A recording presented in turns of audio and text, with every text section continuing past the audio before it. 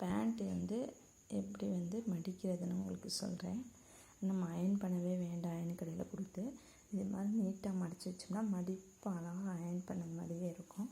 நான் இப்போ எப்படின்னு சொல்லி காமிக்கிறேன்.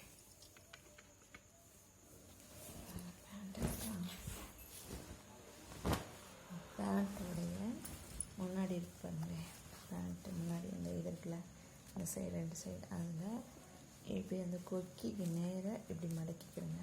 இப்படி மடக்கிக்கோங்க. அதே மாதிரி இந்த பக்கமும் அந்த மாதிரி மடக்கிக்கோங்க. ஓகேயா? இந்த பக்கமும் அதே மாதிரி 2ஐயும் மடக்கி ஒன்றா வச்சு இப்போ அந்த மடிப்புக்கு நேராக நம்ம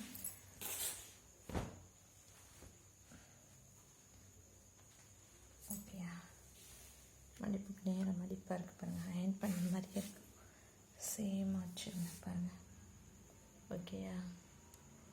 இப்போ என்ன பண்ணுறோம்னா இதை அப்படியே எடுத்து இங்கே வைக்க போகிறோம். ஓகே, சேம் டைம் அச்சாச்சா பாருங்கள். இதுக்கப்புறம் அடுத்து இதை அப்படி எடுத்து இங்கே மடிக்க போகிறோம்.